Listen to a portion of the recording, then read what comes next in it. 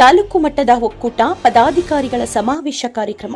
ಶ್ರೀ ಕ್ಷೇತ್ರ ಧರ್ಮಸ್ಥಳ ಗ್ರಾಮಾಭಿವೃದ್ಧಿ ಯೋಜನೆ ಬಿಸಿ ಟ್ರಸ್ಟ್ ಶ್ರೀನಿವಾಸಪುರ.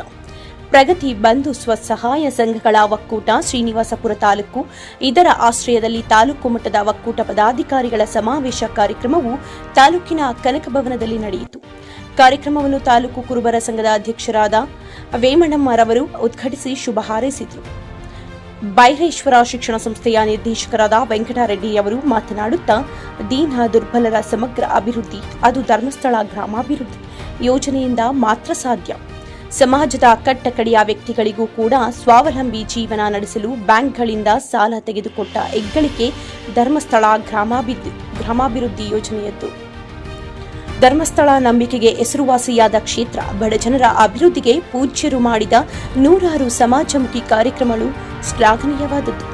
ಮಕ್ಕಳಿಗಾಗಿ ಆಸ್ತಿ ಮಾಡಬೇಡಿ, ಮಕ್ಕಳನ್ನೇ ಆಸ್ತಿಯನ್ನಾಗಿ ಮಾಡಿ ಎಂದರು. ಜಿಲ್ಲಾ ನಿರ್ದೇಶಕರಾದ ಪದ್ಮಯ್ಯರವರು ಮಾತನಾಡುತ್ತಾ, ಹಸಿದವರಿಗೆ ಅನ್ನ ನೀಡುವುದಕ್ಕಿಂತ ಅನ್ನವನ್ನು ಉತ್ಪಾದಿಸುವ ಕಲೆಯನ್ನು ಕಲಿಸಿಕೊಡು ಎನ್ನುವುದು ಧರ್ಮಸ್ಥಳದ ಪೂಜ್ಯರ ಆಶಯ. ತಾನು ನೀಡುವ ದಾನ ಒಂದು ಹೊತ್ತಿನ ತುತ್ತಾಗದೆ 3 ಹೊತ್ತಿನ ಊಟಕ್ಕೆ ಆಸರಿಯಾಗಬೇಕು. ತಾನು ನೀಡುವ ದಾನ ಬರೀ ದಾನವಾಗದೆ ಬಡವರ ಬದುಕಿಗೆ ಕಲಿಯಾಗಬೇಕು, ಭರವಸೆಯ ಬೆಳಕಾಗಬೇಕು ಎನ್ನುವುದು ಪರಮ ಪೂಜ್ಯರ ಚಿಂತನೆ. ಈ ನಿಟ್ಟಿನಲ್ಲಿ ಪರಮ ಪೂಜ್ಯರ ಮಾರ್ಗದರ್ಶನದಲ್ಲಿ ಶ್ರೀ ಕ್ಷೇತ್ರ ಧರ್ಮಸ್ಥಳ ಗ್ರಾಮಾಭಿವೃದ್ಧಿ ಯೋಜನೆಯು ರಾಜ್ಯದ ಪ್ರತಿ ಹಳ್ಳಿಗಳಲ್ಲಿ ದುರ್ಬಲ ವರ್ಗದ ಸದಸ್ಯರಿಗೆ ಆರ್ಥಿಕ ಶಿಸ್ತಿನ ಜೊತೆ ಸ್ವಾವಲಂಬಿ ಬದುಕನ್ನು ಕಲಿಸಿಕೊಟ್ಟಿದೆ ಎಂದರು. ಕರ್ನಾಟಕ ಗ್ರಾಮೀಣ ಬ್ಯಾಂಕಿನ ನಿವೃತ್ತ ಪ್ರಧಾನ ವ್ಯವಸ್ಥಾಪಕರಾದ ರವಿಕುಮಾರ್ ರವರು ಮಾತನಾಡುತ್ತಾ, ಶ್ರೀನಿವಾಸಪುರ ತಾಲೂಕಿನ ಜನತೆ ಬ್ಯಾಂಕಿನ ವ್ಯವಹಾರವನ್ನು ಪ್ರಾಮಾಣಿಕ ಮಾಡುತ್ತಿದ್ದು, ಕರ್ನಾಟಕ ಗ್ರಾಮೀಣ ಬ್ಯಾಂಕ್ ಮತ್ತು ಶ್ರೀ ಕ್ಷೇತ್ರ ಧರ್ಮಸ್ಥಳ ಗ್ರಾಮಾಭಿವೃದ್ಧಿ ಯೋಜನೆಯು ಒಪ್ಪಂದ ಮಾಡಿಕೊಂಡು ಸ್ವಸಹಾಯ ಸಂಘಗಳಿಗೆ ಸಾಲಗಳನ್ನು ಬ್ಯಾಂಕಿನಿಂದ ನೀಡುತ್ತಿದ್ದು, ರಿಸರ್ವ್ ಬ್ಯಾಂಕ್ ನಿಯಮದ ಪ್ರಕಾರ ಬ್ಯಾಂಕ್ನಿಂದ ಸ್ವಸಹಾಯ ಸಂಘಗಳಿಗೆ ಸಾಲವನ್ನು ನೀಡಲಾಗುತ್ತಿದೆ. ನೀವು ಕಟ್ಟಿದ ಹಣ ಬ್ಯಾಂಕಿನಲ್ಲಿ ಭದ್ರವಾಗಿದೆ. ನಂಬಿಕೆಗೆ ಅರ್ಹವಾದ ಧರ್ಮಸ್ಥಳ ಸಂಸ್ಥೆ ನಿಮ್ಮ ಬದುಕನ್ನು ಕತ್ತಲೆಯಿಂದ ಬೆಳಕಿನೆಡೆಗೆ ಒಯ್ಯಲು ಬ್ಯಾಂಕಿನೊಂದಿಗೆ ಒಪ್ಪಂದ ಮಾಡಿಕೊಂಡು ನಿಮ್ಮ ಮನೆ ಬಾಗಿಲಿಗೆ ಆರ್ಥಿಕ ಸೇವೆಯನ್ನು ನೀಡುತ್ತದೆ. ಸಂಸ್ಥೆಯ ಎಲ್ಲಾ ವ್ಯವಹಾರಗಳು ಪಾರದರ್ಶಕವಾಗಿದ್ದು, ಇದರ ಸದುಪಯೋಗವನ್ನು ಪಡೆದುಕೊಳ್ಳಿ ಎಂದರು. ಕಾರ್ಯಕ್ರಮದಲ್ಲಿ ಜಿಲ್ಲಾ ಜನಜಾಗೃತಿ ವೇದಿಕೆ ಸದಸ್ಯರಾದ ಗಿರಿಜಾ ಮತ್ತು ವಾಸುದೇವ್, ಯೋಜನಾ ಅಧಿಕಾರಿ ಪ್ರಕಾಶ್ ಕುಮಾರ್ ಹಾಗೂ ಗೋಪಾಲಕೃಷ್ಣ, ಎಂಐಎಸ್ ಯೋಜನಾಧಿಕಾರಿ ಗಿರೀಶ್, ಮಾಜಿ ತಾಲೂಕು ಪಂಚಾಯತ್ ಸದಸ್ಯರಾದ ನಾಗವೇಣಿ ರೆಡ್ಡಿಯವರು ಉಪಸ್ಥಿತರಿದ್ದರು. ತಾಲೂಕಿನ 7 ವಲಯದ 67 ಒಕ್ಕೂಟಗಳ 350 ಮಂದಿ ಪದಾಧಿಕಾರಿಗಳು, ಎಲ್ಲ ಮೇಲ್ವಿಚಾರಕ ಶ್ರೇಣಿಯ ಕಾರ್ಯಕರ್ತರು, ಸೇವಾ ಪ್ರತಿನಿಧಿಗಳು, ಸಿಎಸ್ಸಿ ಸೇವಾದಾರರು ಉಪಸ್ಥಿತರಿದ್ದರು.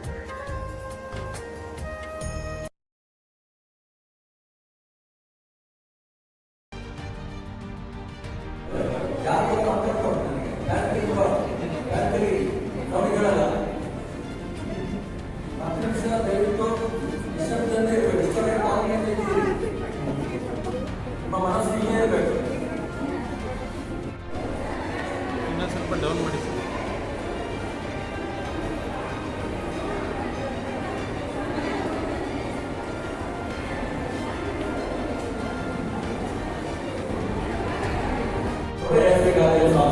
ಆದರೆ ಸಿಸಿ ಖಾತೆಯಲ್ಲಿ ನಿರಂತರವಾಗಿ ಸಾಲ ಸಿಗ್ತದೆ.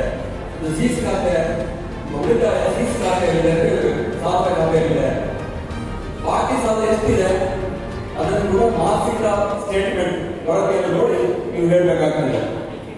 ಇನ್ನು ಸಾಲ ಯಾರು ಕೊಡ್ತಾರೆ? ಕೆಲವರು ಪೂಜ್ಯರು ಅಂತ ಹೇಳ್ತಾರೆ, ಕೆಲವರು ಧರ್ಮಸ್ಥಳ ಅಂತ ಹೇಳ್ತಾರೆ, ಕೆಲವರು ಬ್ಯಾಂಕ್ ಅಂತ ಹೇಳ್ತಾರೆ. ಬ್ಯಾಂಕ್ ಅಂದ್ರೆ ಯಾರ ಅಕೌಂಟ್ ಖಾತೆಯಲ್ಲಿ ಇರ್ತದ, ಉದಾಹರಣೆಗೆ ಬ್ಯಾಂಕ್ ಆಫ್ ಬರೋಡ ಇದೆ, ಸಿಂಡಿಕೇಟ್ ಬ್ಯಾಂಕ್ ಆ ಬ್ಯಾಂಕ್ ಅಂತ ಹೇಳ್ತಾರೆ. ಅದಲ್ಲ, ನಿಮಗೆ ಸಾಲ ಕೊಡುವಂತಹ ಸಂಸ್ಥೆ ಬ್ಯಾಂಕ್ ಕರ್ನಾಟಕ ಗ್ರಾಮೀಣ ಬ್ಯಾಂಕ್. ಕರ್ನಾಟಕ ಗ್ರಾಮೀಣ ಬ್ಯಾಂಕ್ ಸಾಲ ಕೊಡುವಂತಹ ಸಂಸ್ಥೆ. ಬಡ್ಡಿದರ ಎಷ್ಟು? 16% ದರ ಕಡಿತ, 14% ದರ ಕಡಿತ. ಯೋಜನೆ ಪ್ರಾರಂಭಿಸಿದವರು ಯಾರು ಅದು ಗೊತ್ತಿಲ್ಲ. ಯೋಜನೆ ಪ್ರಾರಂಭಿಸಿದವರು ಬಡವರಿಗಾಗಿ ಯಾವುದೇ ಪ್ರತಿಫಲ ಅಪೇಕ್ಷೆ ಇಲ್ಲದೆ ಮಂಜುನಾಥರ ದ್ವಿಚಕ್ರ ವಾಹನ ಇನ್ನಿತರ ಮುಂತಾದಂತಹ ಒಂದು ಉದ್ದಿಮೆಗಳಿಂದ ತಮ್ಮ ಬದುಕನ್ನು ಕಟ್ಟಿಕೊಂಡಿರುವುದನ್ನ ನಾವೆಲ್ಲ ಕಾಣಬಹುದು. ಸಮಾಜದ ಸ್ವಾಸ್ಥ್ಯವನ್ನು ಹಾಳು ಮಾಡುತ್ತಿರುವಂತಹ ಹಲವಾರು ದುಶ್ಚಟಗಳಿದ್ದು, ಇದರಲ್ಲಿ ಮದ್ಯಪಾನ ಅತ್ಯಂತ ಪ್ರಮುಖವಾದಂತಹ ದುಶ್ಚಟವಾಗಿದೆ. ಮದ್ಯಪಾನವನ್ನು ನಿರ್ಮೂಲನೆ ಮಾಡುವಂಥದ್ದು ಪೂಜ್ಯರ ಬಹುದೊಡ್ಡ ಕೆಲಸ. ಇದಕ್ಕಾಗಿ ಹೊಲ ತೊಡಗುತ್ತಿರುವುದು ನಮ್ಮ ಜನಜಾಗೃತಿ ವೇದಿಕೆ. ಈ ಜನಜಾಗೃತಿ ವೇದಿಕೆಯ ವತಿಯಿಂದ ಶ್ರೀನಿವಾಸಪುರ ತಾಲೂಕಿನಲ್ಲಿ ಇದುವರೆಗೆ 5 ಮಧ್ಯವರ್ತಿಗಳ ಶಿಬಿರಗಳನ್ನು ಮಾಡಿ ಸುಮಾರು 250 ಮಂದಿ ಸದಸ್ಯರನ್ನ ಮದ್ಯ ಮುಕ್ತರನ್ನಾಗಿ ಮಾಡಿ ನವಜೀವನ ನಡೆಸಲು ಯೋಜನೆಯು ಕಾರಣವಾಗಿದೆ. ಹಾಗೆ ಶಾಲಾ ಹಂತದಲ್ಲಿ ವಿದ್ಯಾರ್ಥಿಗಳಿಗೆ ದುಶ್ಚಟಗಳ ಬಗ್ಗೆ ಅರಿವು ಮೂಡಿಸಲು 150 ಸ್ವಾಸ್ಥ್ಯ ಸಂಕಲ್ಪ ಕಾರ್ಯಕ್ರಮ ಮಾಡಿ ಸುಮಾರು 15,000 ವಿದ್ಯಾರ್ಥಿಗಳಿಗೆ ಅರಿವನ್ನು ಮೂಡಿಸುವಂತಹ ಕಾರ್ಯಕ್ರಮವನ್ನು ನಡೆಸಲಾಗಿದೆ.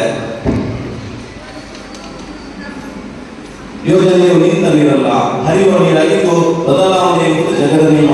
ಅದರಂತೆ ಯೋಜನೆಯಲ್ಲಿ ಸೇರ್ಪಡೆ ಆಗುವಂತಹ ಹೊಸ ಜನಪರ ಕಾರ್ಯಕ್ರಮಗಳನ್ನು ಜನರಿಗೆ ತಲುಪಿಸುವ ಉದ್ದೇಶದಿಂದ ತಾಲೂಕಿನಲ್ಲಿ ಒಕ್ಕೂಟಗಳನ್ನು ಸ್ಥಾಪಿಸಿ ಪದಾಧಿಕಾರಿಗಳನ್ನು ನೇಮಿಸಿ ಅವರ ನೇತೃತ್ವದಲ್ಲಿ ಪ್ರತಿ 3 ತಿಂಗಳ ಒಕ್ಕೂಟ ಸಭೆ ನಡೆಸಿ ಮಾಹಿತಿ ಮಾರ್ಗದರ್ಶನವನ್ನು ನೀಡಲಾಗುತ್ತಿದೆ.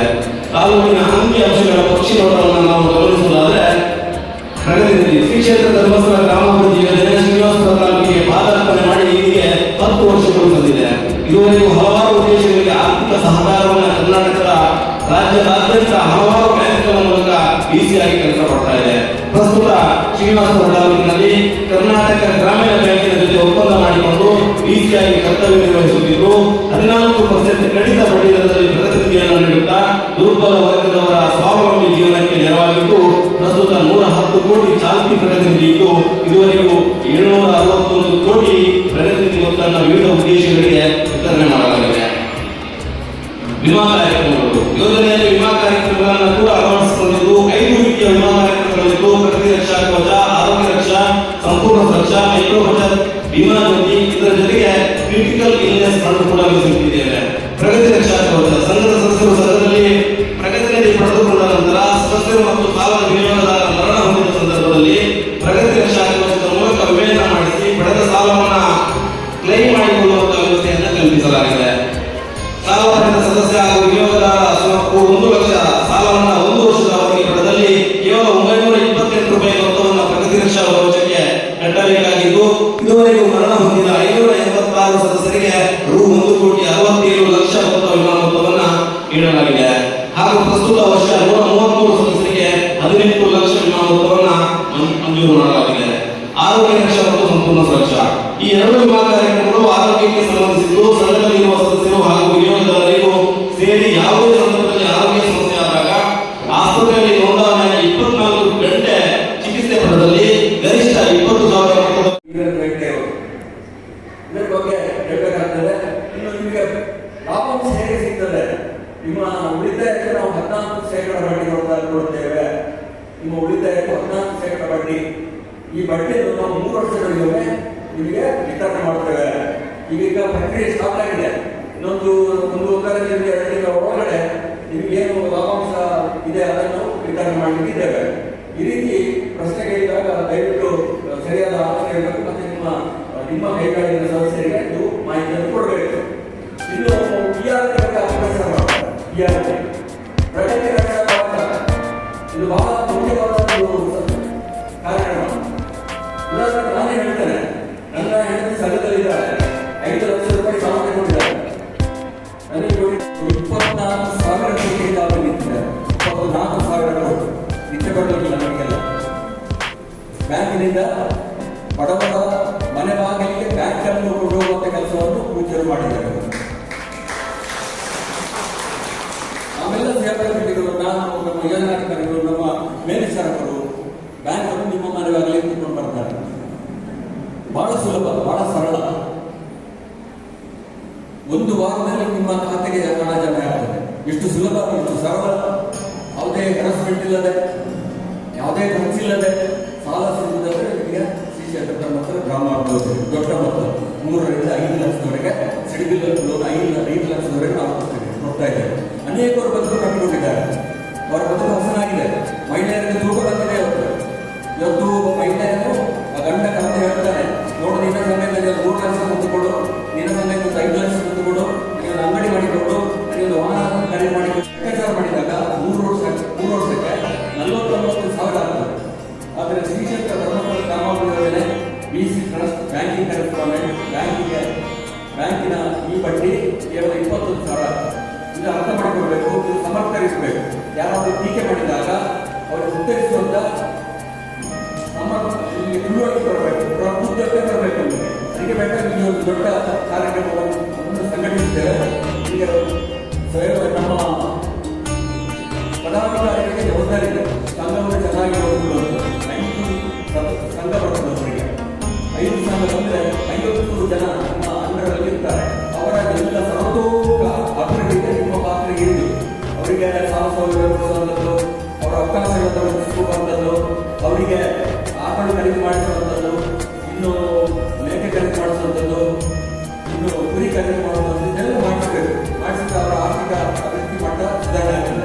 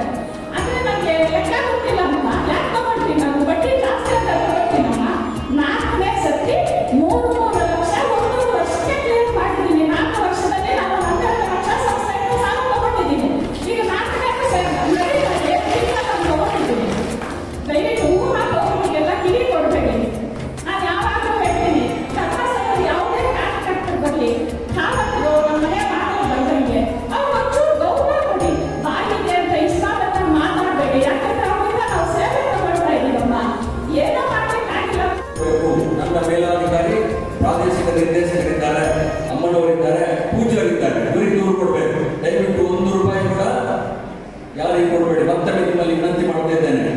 ಇನ್ನು ಸಾಲ ಕೊಡುವಾಗ ನಿಮಗೆ ಜವಾಬ್ದಾರಿ ಇದೆ.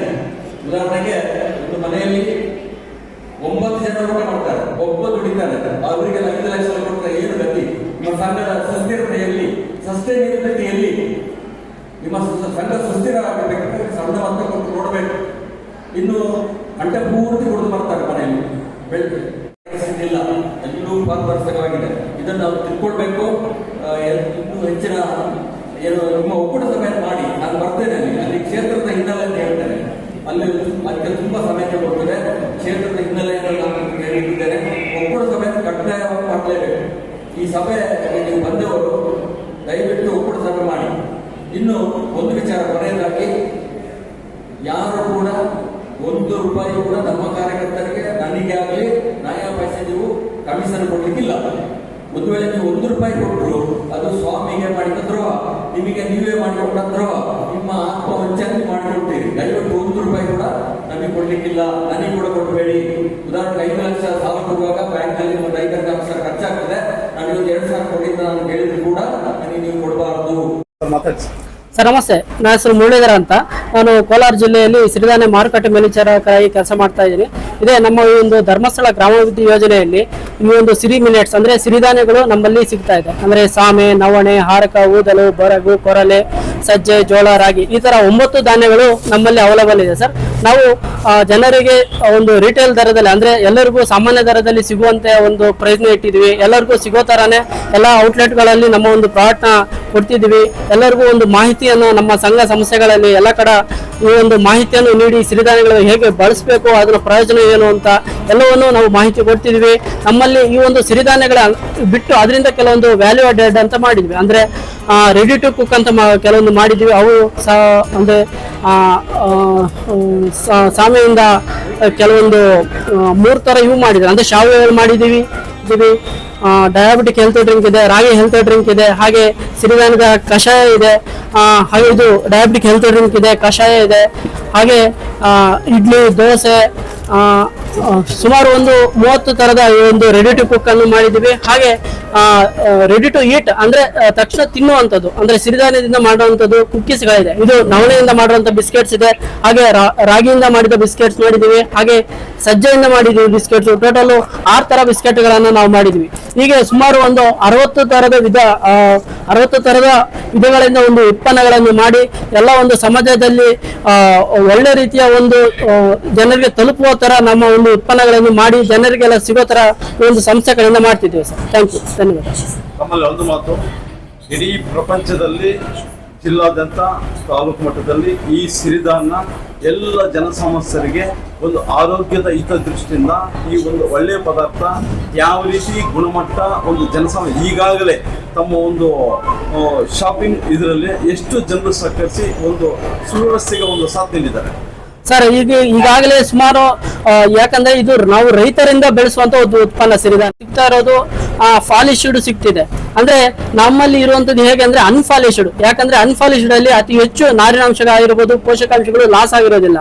ಸೊ ಅದರಿಂದ ನಮಗೆ ಏನಂದ್ರೆ ಜನಸಾಮಾನ್ಯರಿಗೆ ಬೇಕಾಗಿರೋದು ಆರೋಗ್ಯ ಮುಖ್ಯ. ಆ ಒಂದು ಆರೋಗ್ಯ ಎಲ್ಲಿ ಸಿಗುತ್ತೆ ಅಂದ್ರೆ ಈ ಒಂದು ಸಿರಿಧಾನ್ಯಗಳ ತಿನ್ನೋದ್ರಿಂದನೇ ಈ ಒಂದು ಆರೋಗ್ಯವನ್ನು ಕಾಪಾಡ್ಕೋಬಹುದು.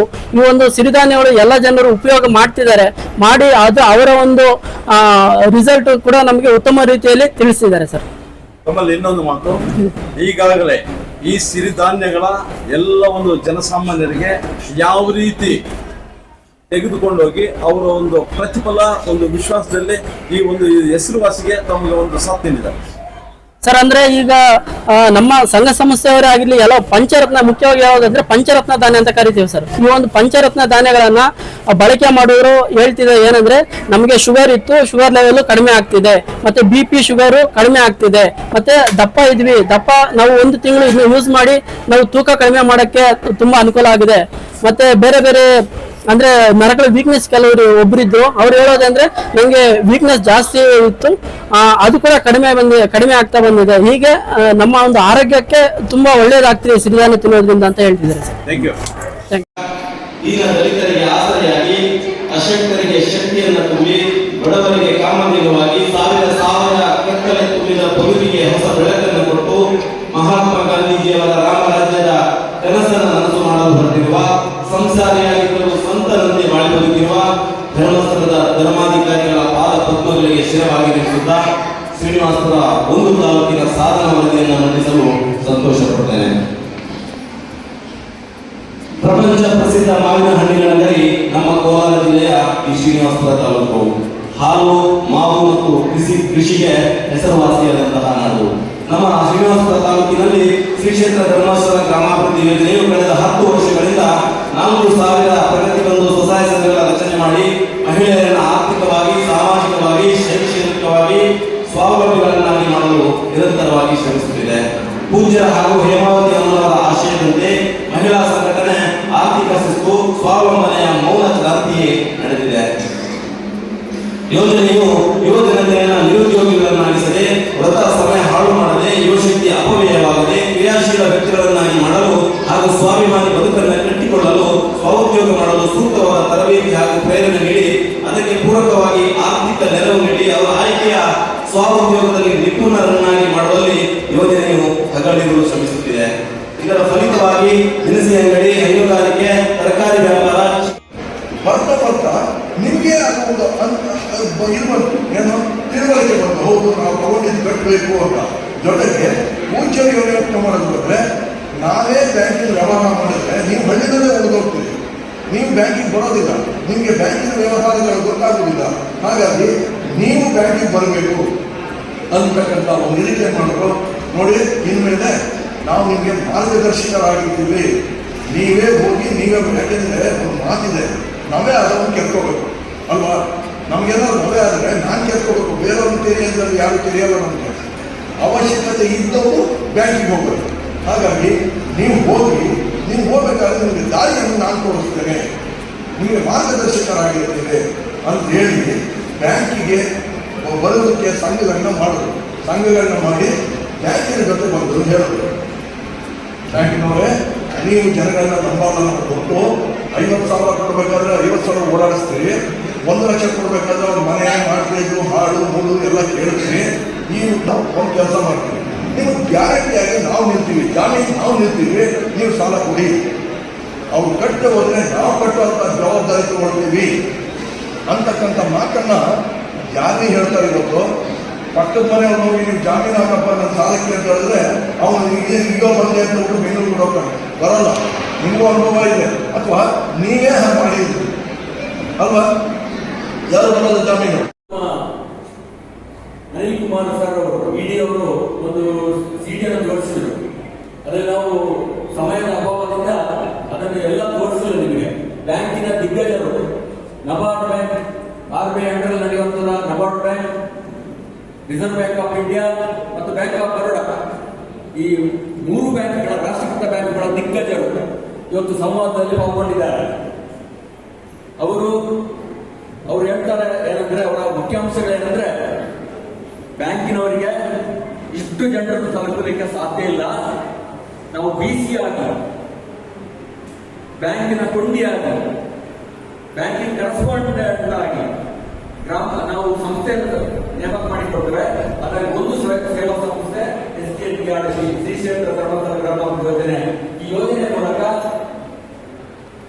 ನಾವು ಕರ್ನಾಟಕದಲ್ಲಿ ಕೋಟಿಗಟ್ಟಲೆ ಜನರನ್ನು ಮುಟ್ಟಲಿಕ್ಕೆ ಸಾಧ್ಯ.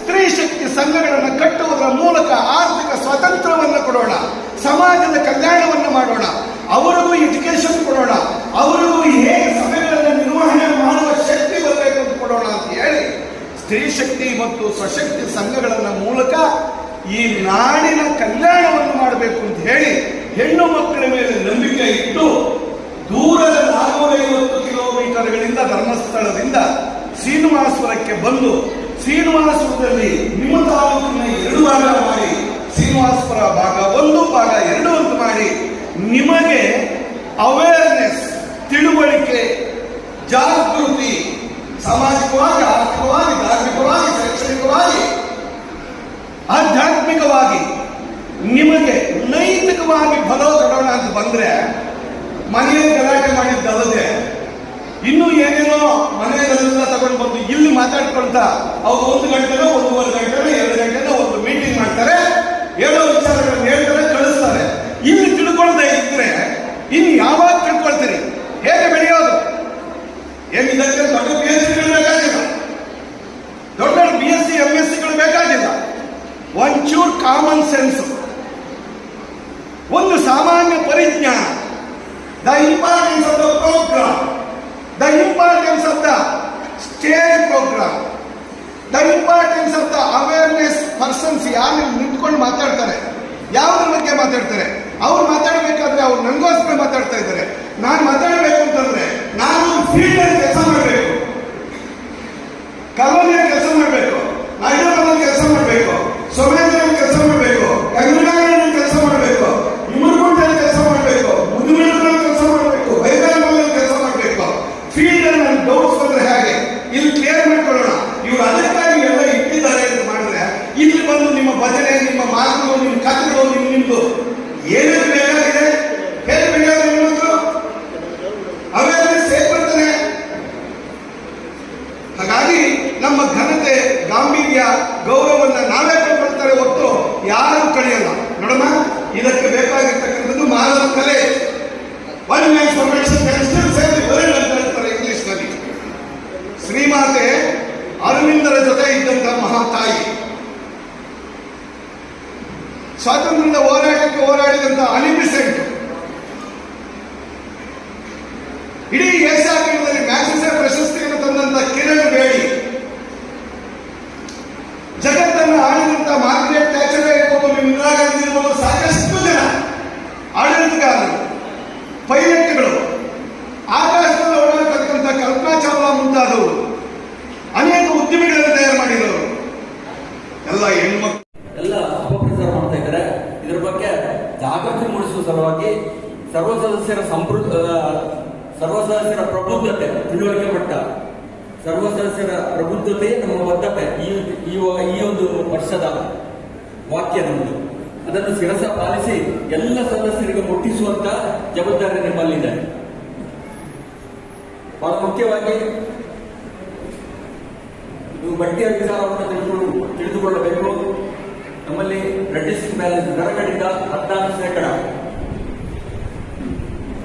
1 ವರ್ಷ 1 ಲಕ್ಷ ರೂಪಾಯಿಯನ್ನು 1 ವರ್ಷ ಅವಧಿಗೆ ತಗೊಂಡ್ರೆ ಬ್ಯಾಂಕ್ ಬಡ್ಡಿ 14,000 ಆಗ್ತದೆ. ಆದ್ರೆ ನೀವು ವಾರದಲ್ಲಿ ಕಟ್ಟುವುದರಿಂದ ನಿಮಗೆ 7,000